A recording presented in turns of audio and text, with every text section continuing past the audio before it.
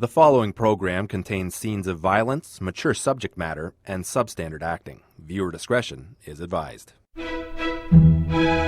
I'm Mike Arsenault, and welcome to Urban Self-Defense, the only show that discusses how you can take an active role in your own personal safety. We'll follow Jason Carter from Usafe Solutions through typical everyday situations to see how you can effectively deal with violence, aggression, and harassment. In this episode, we'll follow Jason as he runs some errands downtown.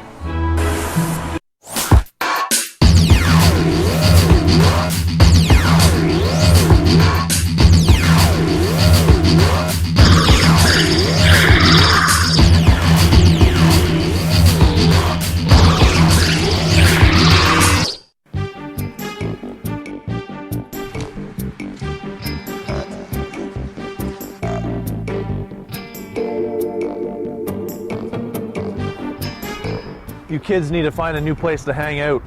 Yo, shut up, old man! No, I got this, boss. I got this. Hey, Flower Pot, man, we ain't going nowhere. Why don't you shoo? Go on, get out of here. See, I told you. It's time for you to go water some plants. Let's roll, boys.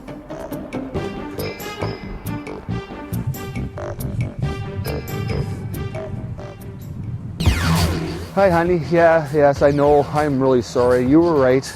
I was wrong. I'm gonna stop by, pick up some flowers, and I should be right home. Okay? Oh, I gotta go.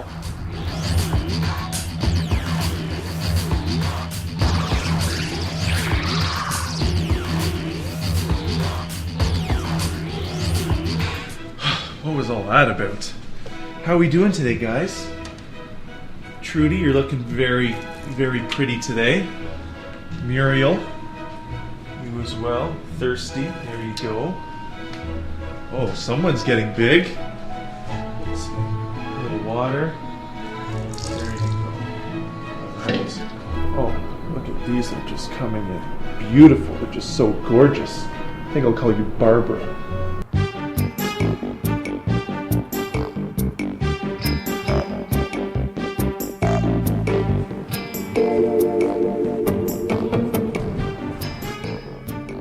You ain't going nowhere. Hey, I'm going inside to buy some flowers. I just wanted in the store. Come on, man. No.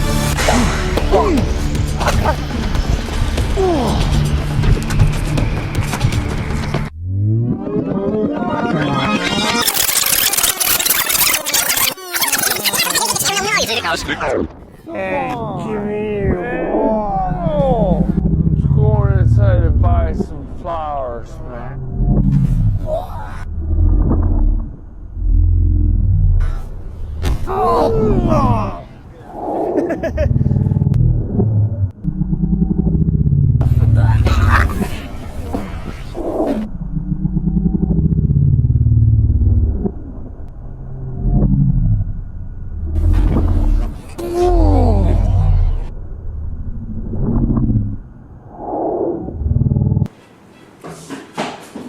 Jason, what was... Holy... Are you okay? Yeah, I think so. Yeah, the address is 145 Rogers Road. Yeah. Okay, thank you. Jason, I just called the police. What Thanks. happened? Well, I was just coming to get some flowers for the wife, and I come around the corner, and there's these couple people sitting on the bench, and after I got by them, I noticed they started more or less following me. This was the same four they were kind of messing around here earlier. So were they? What did they want? Your wallet, money, or? Yeah, actually, I came around, and the next thing I know, two more came in front and started to block me off, basically cornering me, wanting my money. How'd you know how to defend yourself? Like, I mean, you had some pretty good moves. Like, how were you taught, or what? I'm lucky. I've taken quite a few active self-defense workshops and programs, and I'm lucky because the first thing we get taught is in a situation like that is basically hit and run, hit and get out of there, because there's no way I want to be trapped between four people. Well, how did you go 1-on-4? So the first guy, like, did he grab you, or what exactly happened? Well, I was trying to make my way around him. I had my hands up, trying to talk my way out of it, because that's the first thing I should try to do. To try and diffuse the situation. Exactly, but it wasn't working. That big guy, next thing you know, he grabbed a hold of me. So first things, as soon as someone grabs me, I need to control you could call their weapons, their arms. So I grabbed his wrist and put my hand against his far shoulder so he wouldn't be able to sucker punch me as easy. It slows down the punch and gave me time to block it when he finally threw it. So that's, I mean, you were pretty, he's a big guy, so you actually brought him closer. That's better than trying to push him away? because since he's long-armed, I don't want to be outside that range line. I got to be close to him. So when he touched me, I grabbed a hold of him and basically tried to take away his tools. And by holding his wrist with one hand and pushing it against the shoulder of his opposite arm. And then, so then he punched you. So how you blocked the punch with what, like your forearm? Basically a forearm. And since I held him back, it gives him very little force to throw a punch, so it makes it a lot easier to block him. So I blocked the punch, and then I went for what's known as like a wrist throw. I grabbed that hand of his, and Morris turned his wrist towards the ground, turning his wrist over, which attacks the integrity of his wrist, and I don't care how big you are, you're going down if you enjoy having a wrist. Okay, so you threw the big guy down, and then the other one came running at you. So what? How did you just kicked him? Like what was going through your mind at that moment? Hit and get out of there. As soon as I dumped the big guy down, I saw him. He was coming at me, so nice, well-placed front kick, center mass, and I got out of there. Well, I mean, he knocked him back about 15 or 20 feet. It was a pretty powerful kick. I wasn't paying much attention. So they taught you how to strike as well in those courses. Oh, exactly. That's what the active defense, a lot of it is teaching you how to do that close-range quarter and more or less stop and remove yourself, blocking, escaping techniques, and also striking as well. Jason, well, that's, I mean, incredible. Wait for the police to get here, but in the meantime, so what'd you do this time? Well, I don't want to talk about it, but I'll put it this way. I need twice as many as I normally order. Double order? Okay. Double order. So these might be nice. And then actually, are you a fan of any ventriloquists? Have you ever seen the show? He's coming to the city? He actually, right across the street, they're selling tickets, and I think they have a matinee if you want. I was going to go myself, but do you want to come with me? Well, I shouldn't, but yeah, I got time. I'll make time. She won't mind. No, I'll buy 3 times as flowers then. Did you know London outranks Toronto on the list of Canada's most dangerous cities? Traveling in a group decreases your chance of being a victim of violent crime and will help keep you safe.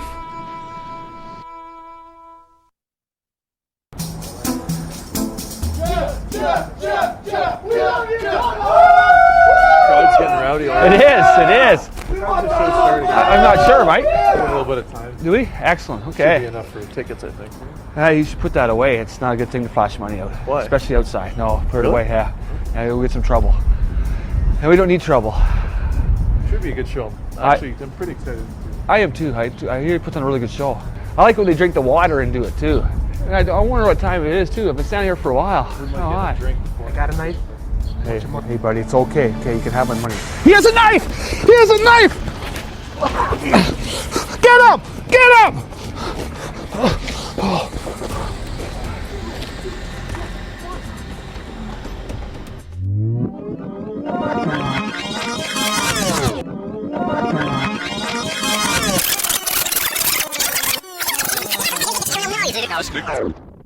Got a knife.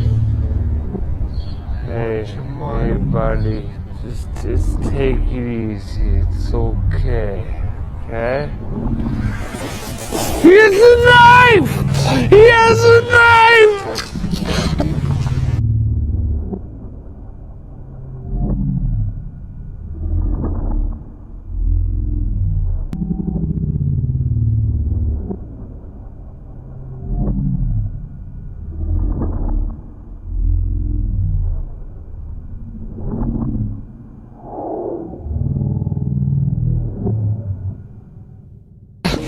Get up! Get up!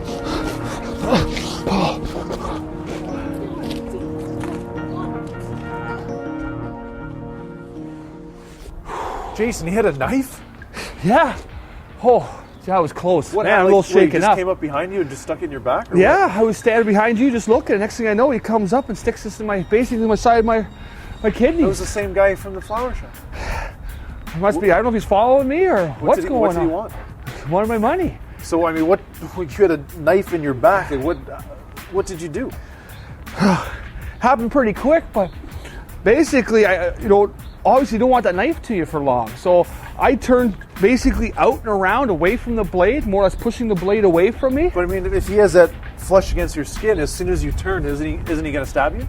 Well, I turned away. So instead of turning towards him, I turned away from him to make space. So you were able to create space between the blade and your back. Yeah, and as I did that, I used my one arm to basically direct that knife farther away from me. So if he did slash me, it would have only been based against my arm and not against my body. How do you know, though, when you turn and you throw your hand behind you that he's not going to slash your hand? Well, like I said, I'd rather have you're- my arm cut than have him being poked in the kidneys with a knife. That's true. So you're aiming for his wrist, though. You're not aiming, obviously you're not aiming for the knife. You're aiming for the wrist or forearm? Pushing his arm away. Okay. More his forearm, just redirecting it is really what I was trying to do. So now you push the arm away, but you don't want to forget about the knife. So then no. you grab onto that hand. Is that the idea? Again, yeah, I grabbed that wrist of his, holding the blade, and what I did was I actually brought up in my shoulder and what's known as basically an arm bar. And I was going to break his arm if he didn't let go of that knife. So he has what, pressure under his elbow? Under his elbow, I'm hyperextending his arm. Okay, so I can see. So I have all my weight basically pulling down on his arm. And that forces him to let go of the knife. If he enjoys having an arm, yeah. So he drops the knife, but I mean, you still have to deal with him. Oh. So what did you do then? Basically, from there, I redrew his arm over top of my head, and keeping it on a real mean bent 90-degree angle, I cranked it down, which then basically puts up pressure against his shoulder, his rotator cuff, and if he wants to have a shoulder, he's going to go to the ground. So really, he had no choice but to go to the ground, because if he didn't, I mean, you're going to do irreparable damage to the tendons and ligaments in his shoulder. Oh, definitely. Break his elbow and tear his shoulder out. So then you get him to the ground, and then again, you were just just forcing him, holding him with your knee? More or less putting my weight on him.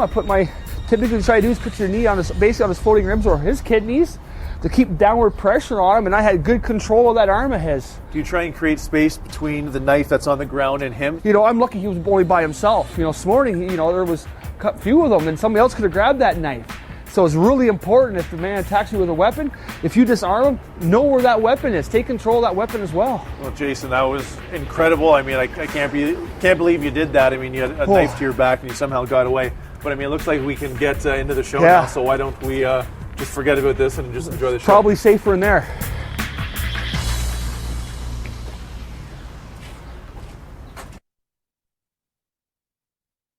It's a pretty good show, eh?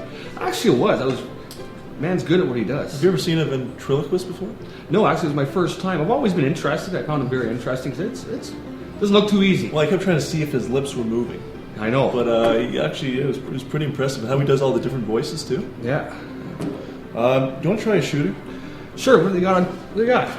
What's that? A head kick. What's in that? Cold till cold. Nut buster. I'd probably try one of those. You want to try a nut Yeah, buster? I've never had a nut buster. Okay, let's try 2 nut busters. Sure. All right, this round's on me then. You see that at the bar? Target acquired. Hey, don't forget to grab those nut busters. Yeah.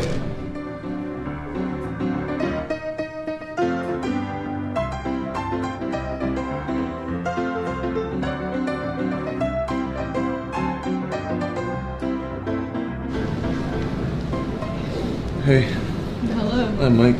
Hi, Mike. I own my own flower shop. You're a florist? Yep. Oh. Anything you want. What types of flowers do you like?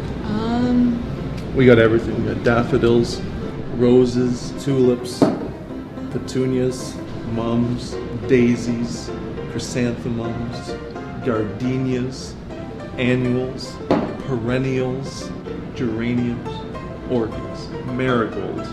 Oh, this is not going to be good. Not at all. Poinsettias, mistletoe. Hey, what do you think you're doing? What are you doing, bud? You're salting my game. You got your hands all over my property. I don't like that. Your property. I don't Yes. see your name on it. Calm down, Hulk. flower guy? Seriously? What's wrong with being a flower guy? Okay, Mike, we've had enough. Time to go.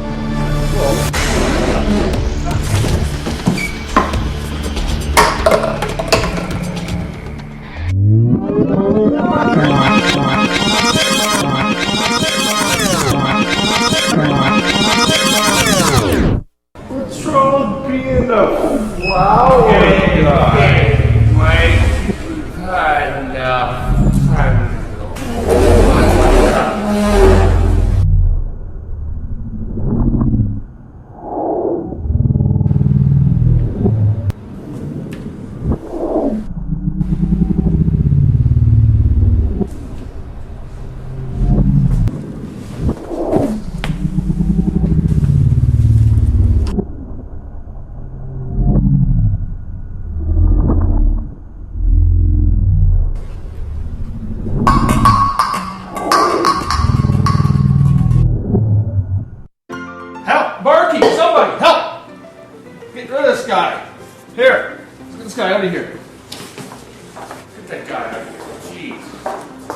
sweetheart. Sweetheart.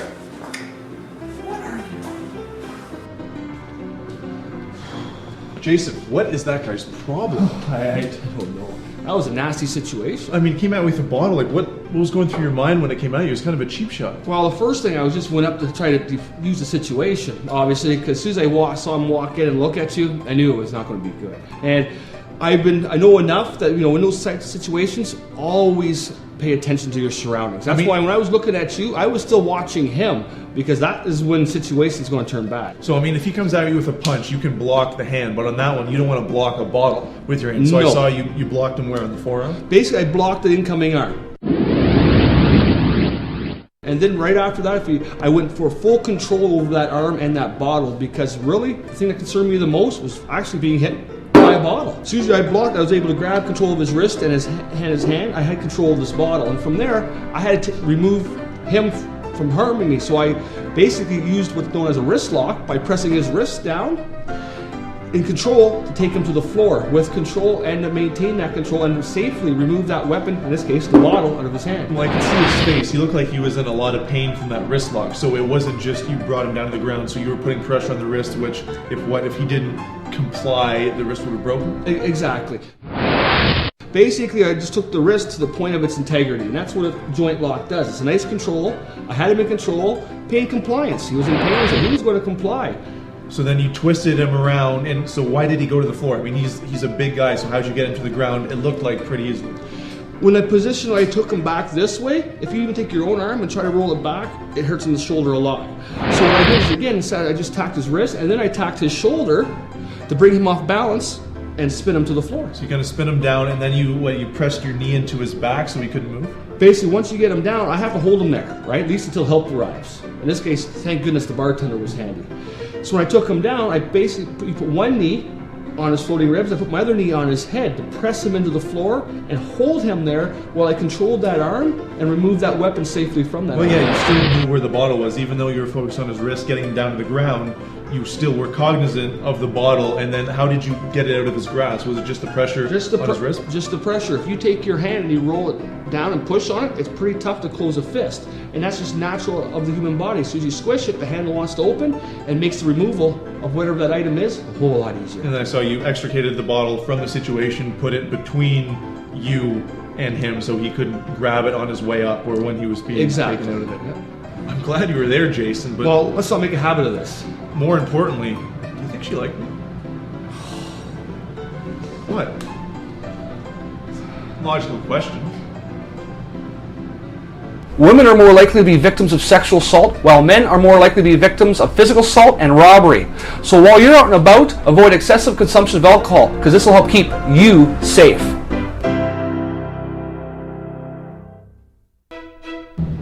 So guys, what was your day like? Well, let me tell you, it started off this morning at Mike's flower shop. Yeah, you got attacked by like a group, a gang or a bunch of thugs or something. So how did you handle that? Like, I mean, how do you deal with more than one guy coming at you?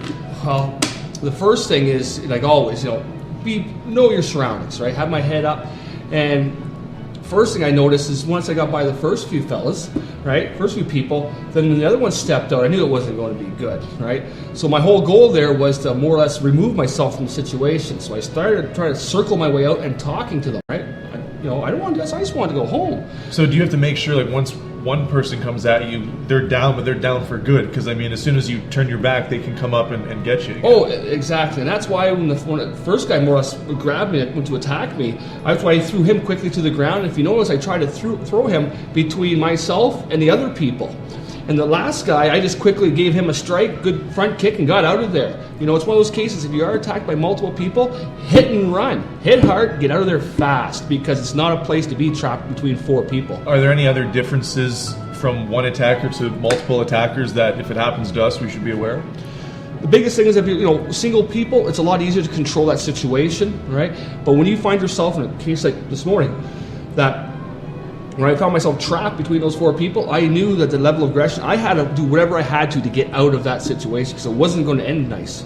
Then after that, we go to the ventriloquist show, and when we're standing in line for tickets, some guy sticks a knife in Jason's back. I'm sitting there just paying attention, waiting to get my tickets, and some guy comes up, sticks a knife in my side, wants my wallet. So, I had to do something. I exploded and got control of his arm, took him to the ground, and again, I'm really lucky that there's a lot of good people still around society that were able to jump in and get a hold of this guy. Well, what do you do there? Because you're talking about knowing your surroundings, but I mean, you had your back to him, so what are you supposed to do? And that's a tougher situation. You know your surroundings. The biggest thing is keep your head up, right? And know where you are in a crowd. Know your route. I knew that I couldn't go forwards because there's a line of people. So the only way I could do is I had to get control of that weapon. Like it was pressed against my side. So, it's a case of there where, yes, I was surprised. I was still paying attention to my surroundings. But yeah, he surprised me. So then you have to take control of that situation. There's no negotiating at that point. So going forward, what are some tips then to deal or to handle staying safe in the crowd? In the crowd, I think the biggest thing I can tell people is don't start staring at your cell phones, reading your newspapers, because that can be dangerous because you cannot know your surroundings. And try not to, you probably see this all the time, people kind of doze asleep on the park bench or stuff like that. That is really bad. Stay awake, stay aware of your surroundings. And, if you can, travel with a group of people. So we go to the shows. It was actually pretty good. So we went out for a drink afterwards. Nice. Then I meet the love of my life. Oh, nice. Right? Yeah. Very cute, right? So I'm talking to her. And then the same guy from the flower shop and the line comes up to me. Like, Get out of here. yeah, same guy. So then he tries to Jason with a beer bottle. Exactly. I go up try to break this up because this guy was trying to make his moves. And this is not going to be good, especially the same fella. And yeah, when I'm trying to control the situation, get everybody to go home, he takes a swing at me with a beer bottle. I mean, he was obviously drunk, right? So Jason, what should you do to protect yourself in a pub or a bar where people are drinking and fights can occur? I think the biggest thing, it's hard to do at times, is don't overconsume alcohol. Because if you do, it's pretty tough to keep your wits, know what's going on. And I'm lucky we just got there, so I was nursing my first one, and yeah, when that bottle came, the first thing you have to do is, it's a weapon, no different than a knife, no different than anything else. I want to control that thing, so I went right away. Get control of that arm, that hand with that weapon, and try to remove it quick as I can. And you definitely want to make sure you go in a group, right? Because if you weren't there with me, who knows what that guy would have done to me. So it's good to, if you're gonna go out, take a buddy or two with you. Oh, exactly. Because if I was alone, he could have had buddies. Next thing you know, I'm getting jumped. Because my back is turned, and I'm trying to control this fella. I could easily be jumped. So it's always good to take some buddies out, some friends with you. Watch out for each other. Really, don't go there and just go your separate ways. Hang with each other. Well, I'm glad you were with me, Jason. It was crazy, but let's get back to the game. Okay. Anyone got any twos? Sourish. You see that at the bar?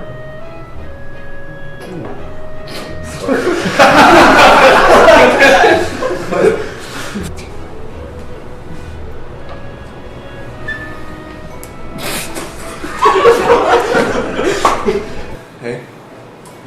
Hello. Hi.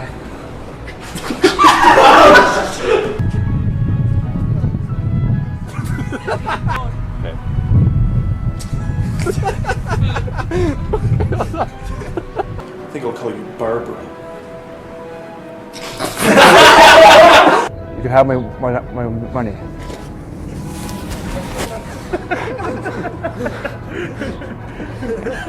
Tulips, petunias.